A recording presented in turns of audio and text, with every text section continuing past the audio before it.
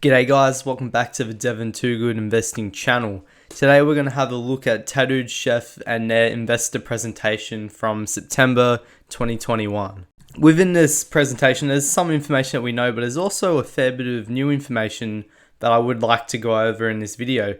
Now before I get into it guys, please hit subscribe on my channel and let's get into it. So of course we've got Tattooed Chef's management team. They have been performing on a high level. We've got CEO Sam Galletti, he's got 35 years in the food industry. We've got Sarah, she's the Chief Creative Officer, and she's the mastermind behind all the SKUs and all the products. And we've got Stephanie, she manages operations and keeps pretty much a well-oiled machine. We got Matt Williams, he's the growth officer, and he's the one responsible for getting Tattooed Chef into all these different stores across America.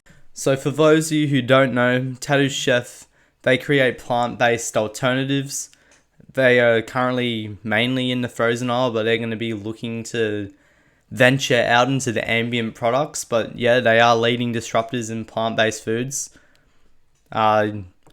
Sarah, she's been making innovative products, and they've got something like 70 SKUs coming out by the end of 2021, which is quite great. And then, of course, Stephanie, the COO, she's behind the vertically integrated process where Tattooed Chef manage everything from growing the products, creating the products, packaging the products, and then getting it out to market. And, of course, the company has experienced exceptional growth, 50% plus revenue growth, and then 70-80% brand growth in their Tattooed Chef branded products. So as mentioned before about their diverse product range, you can see that by the end of 2021 they will have 73 total products, including 35 new innovations. They got products like plant-based pizzas, they've got all sorts of sort of breakfast bowls, entree bowls. So you can see like rice cauliflower pad thai. Their Mexican products are quite popular too. But yeah, you can see year after year they are expanding rapidly their products. Where you can see at the end of 2020 they had 38, but this is going to be going to 73 by the end of 2021. So I already mentioned how Tattooed Chef are vertically integrated, and you can see they innovate and create their own products, they design their own packaging, they plant and they grow and they manufacture everything. But the most important thing to take away from this slide, well, there's actually two. The first one is that they can go to market in as little as 3 months with a new product. Now that gives them somewhat of a competitive advantage, because as long as they've got Sarah picking out these trends in the market, they can take these trends and they can make them into products and get to market and capitalize very quickly. So they do have potential to have first mover advantage a lot of the time. And then the second key thing from this slide is that they have 4 manufacturing facilities capable of achieving 500 million plus in revenue, which is fantastic because that means they won't have to make any more acquisitions to get to 500 mil plus in revenue. This slide here, it demonstrates the quite significant growth opportunity Tattooed Chef has in front of it. You can see that in the white aisle space, they're going to be looking to expand to 200 plus SKUs with new platforms and rapid product expansion. And then over time, they're going to be looking to get into new channels and new aisles, including food service, which would be quite a high margin. They're getting into the grocery aisle and convenience stores. And also, they're going to be looking at licensing and expanding into international markets. So possibly they might be looking into moving into Europe or even Asia. But in terms of this international expansion, expect that probably no earlier than 2024, I would say, if not 2025. But yeah, probably 2024, but we'll see what happens. In terms of the TAM opportunity, well, Tattooed Chef have the chance to disrupt $63 billion within the US frozen food category. And you can see right now they're attacking a $42 billion opportunity, looking to getting into frozen appetizers and snacks, frozen breakfast foods, frozen entrees, fruits and vegetables, and also plant-based meat alternatives. So competing with Beyond Meat there. But you can also see that there's untapped potential which they're not currently trying to achieve in frozen desserts and also frozen meat and seafood, which they'll probably never get into because that would defeat the purpose of being plant-based, right? But in the longer term, they're going to be aiming to penetrate the $380 billion global frozen food market. Not only is the market huge, but in terms of the plant-based retail market, you can see that it's growing rapidly and it's expected to continue to grow rapidly out to the end of the decade. And if you look at us now, currently in 2021, we're expected to be at 35.6 billion, but this is expected to balloon out to 161.9 billion by the end of 2030. So if Tattooed Chef is able to grab a piece of this market, especially as it grows, this is going to help the company grow significantly in a really good way. Now, this was a really nice surprise, and I know they talked about it in their previous conference call, but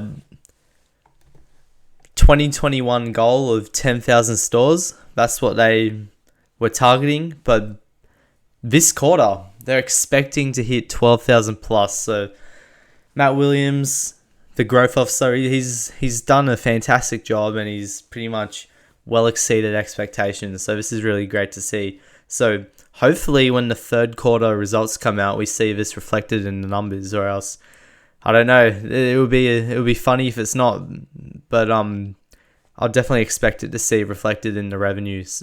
And this is mainly from them getting into Kroger, and they got into Kroger nationally. And it's not just Kroger, right? So you can see in 2020 they got into some big boys, mainly club stores such as Sam's Club and Costco and Trader Joe's. But they also got into Walmart and Target and Aldi. But in 2021, they've really expanded and gone into Kroger's, Sprouts Farmers Market, Whole Foods, Albertsons Safeways, a bunch of them. I'll let you have a look for a second. But man, impressive stuff, right? This slide here highlights just how successful some of the Tattooed Chef products have been. And they have 3 products in the top 10 plant-based frozen food entrees since March of 2021. So it just shows the brand is really kicking in. And out of all these products, they hold number 1 and number 2. And just look at the distance and the gap between them and the next lot of products in the top 10. Not only that, they've been killing it in terms of velocities and is 60% above their nearest top 10 competitors. So that's just crazy. Just look at the gap. It's just, they're clearly killing it. So it was made apparent in 2020, Tattooed Chef did no marketing. However, in 2021, they wanted to allocate some capital into marketing to get their brand more known out in the public. And you can see that they've reached 78 million consumers, which they believe is 80% plus reach of all plant-based intenders. And we can see, most importantly, that brand awareness grew from 6% to 15%, according to, I believe it says down the corner here, Millward Brown Cantor Research. So take that for what you will. This slide here nicely details some of the progress Tattooed Chef has made in their operations. So they've managed to quadruple capacity in 2021. So they've obviously got their Italy production, they've got their California production, but they've also acquired 2 new facilities in their Foods in New Mexico deal. So they got the one in Albuquerque, and that one's currently, operational. But then they've also got the cast-in tortilla factory, and that is expected to commence production pretty much at the end of the year. So you can see that they've got 275,000 square feet of manufacturing space, and their new capabilities in 2021 include pretty much snacks, a bunch of Mexican foods, alternative tortillas. I'm expecting maybe tortilla chips, I'm just saying. As Tattooed Chef maybe look to get into the snack category.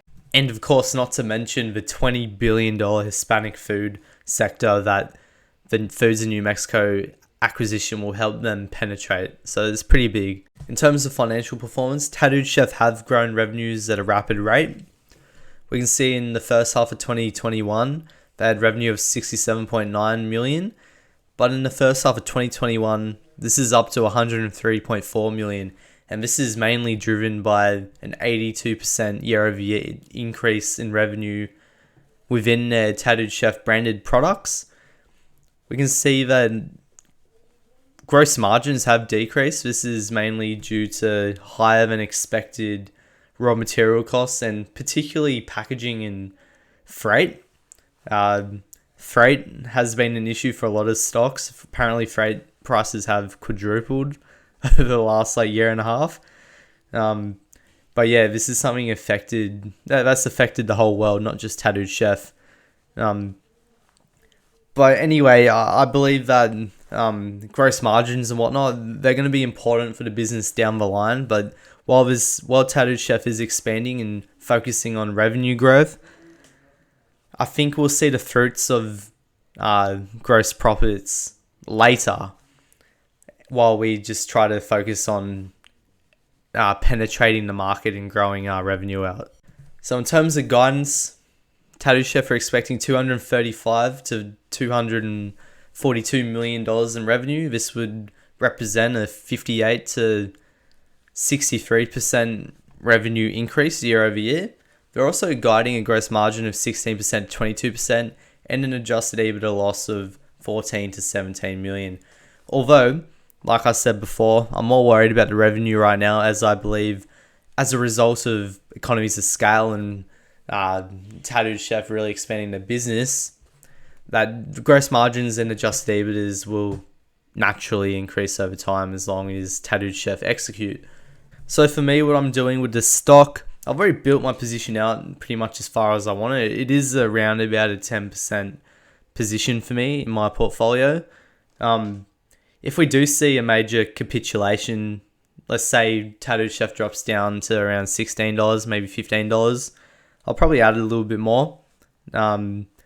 Maybe a few more percent of my portfolio. But I'm pretty happy with my current Tattooed Chef position. If I didn't own any Tattooed Chef, well, of course, I don't give financial advice, and you should always do your own research, but I would be DCAing Tattooed Chef anything under $20. I think for me, that would be a really good price. But anyway, guys, thank you for watching. Make sure you like and subscribe, and I'm going to keep you guys updated with Tattooed Chef videos, so make sure you stick around to my channel, and I'll see you in the next one.